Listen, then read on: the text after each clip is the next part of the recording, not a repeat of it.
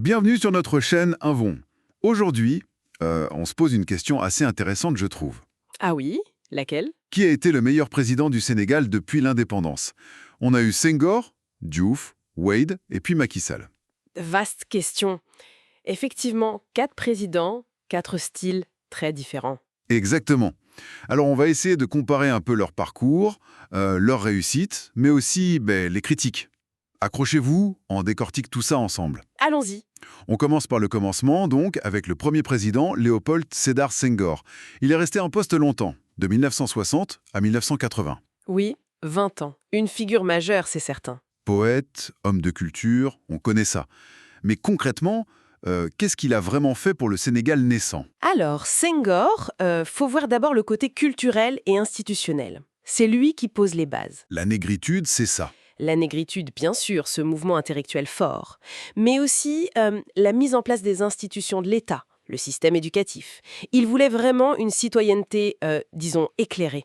Et très important, il a maintenu la paix civile. D'accord. Et sur le plan économique, il lance quoi? Sur l'économie, il y a eu le lancement de l'exploitation de l'arachide et des phosphates. C'était les moteurs de l'époque. Mais ça a suffi pour développer le pays? C'est là que c'est un peu plus mitigé. La croissance est restée assez modeste et surtout très dépendante de ces deux secteurs. Et une forte dépendance aussi vis-à-vis de la France. Donc une base culturelle solide, la paix, mais une économie fragile.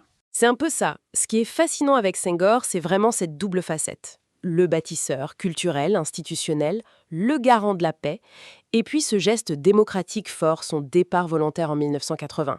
C'était assez rare en Afrique à l'époque. Oui, ça a marqué les esprits. Absolument. Mais voilà, la fin de son mandat est quand même marquée par des difficultés économiques. C'est un héritage un peu lourd pour celui qui suit. Et celui qui suit, c'est Abdou Diouf. Il prend la relève de 1981 jusqu'à 2000. Donc il hérite de cette situation économique difficile, tu disais. Oui, exactement. Et en plus, il doit gérer les fameux programmes d'ajustement structurel, les PAS, imposés par les institutions financières internationales. Ah oui, les PAS, ça n'a pas dû être facile pour la population, ça. Pas du tout.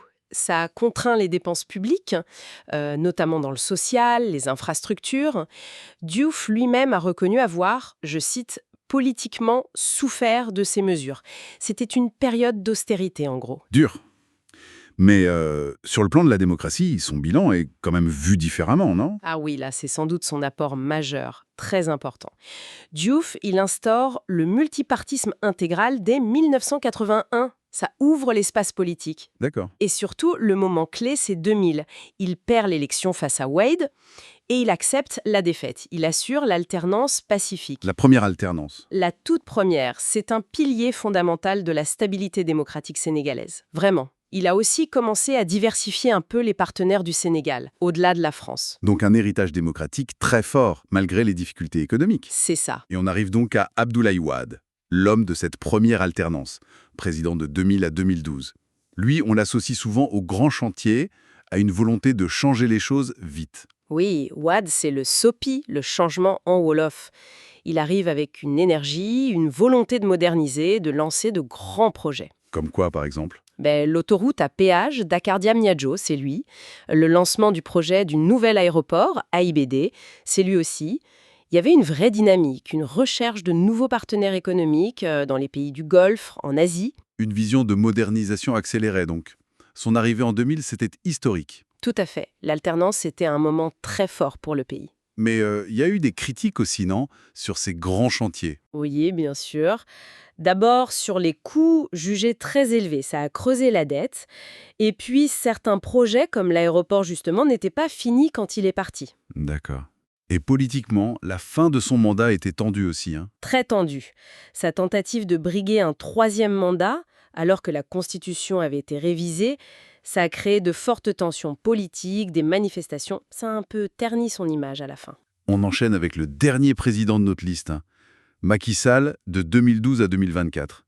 Lui aussi, il arrive et il met l'accent sur les réalisations, les infrastructures. Oui, Macky Sall, il hérite de certains projets de Wade, comme l'aéroport qu'il va achever, mais il lance surtout sa propre vision, le plan Sénégal émergent, le PSE. Le PSE, oui.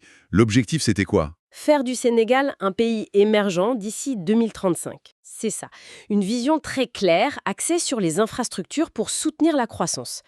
Et là, les réalisations sont nombreuses et visibles. Le TER à Dakar. Le train express régional, oui. Le bus rapide transit, le BRT. L'achèvement de l'aéroport à IBD. De nouvelles autoroutes. Honnêtement, le Sénégal a beaucoup changé de visage sous son mandat, surtout dans la région de Dakar et sur les grands axes. Et économiquement, ça a suivi? Oui, la croissance économique s'est accélérée grâce au PSE. On parlait de 4,3% en 2023 par exemple. Et le Sénégal a aussi renforcé sa position diplomatique sur la scène internationale. C'est indéniable. Donc si on compare, en termes d'infrastructure, de réalisation concrète, il a fait beaucoup.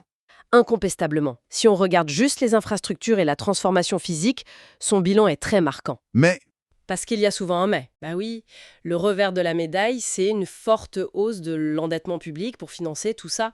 C'est une charge pour l'avenir. d'accord. Et puis, comme pour Wade, la fin de mandat a été politiquement très agitée.